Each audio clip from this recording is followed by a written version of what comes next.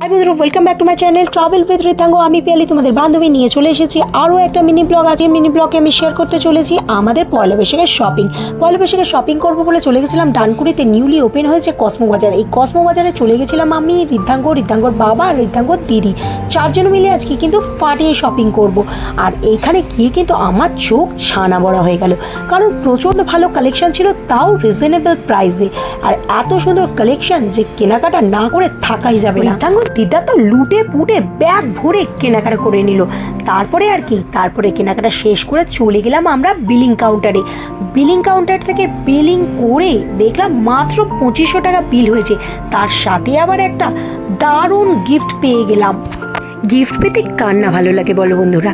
আজকে কিন্তু হাসি হাসি মুখে গিফট নিয়ে কেনাকাটা সেরে চলে এলাম বাড়িতে এসে কাপ সেটটা খুলে দেখলাম। যাই হোক বন্ধুরা, আজকের ভিডিওটা আমি এখানে শেষ করবো। ভিডিও ভালো লাগলে লাইক কমেন্ট শেয়ার আর সাবস্ক্রাইব করে দিও। টাটা।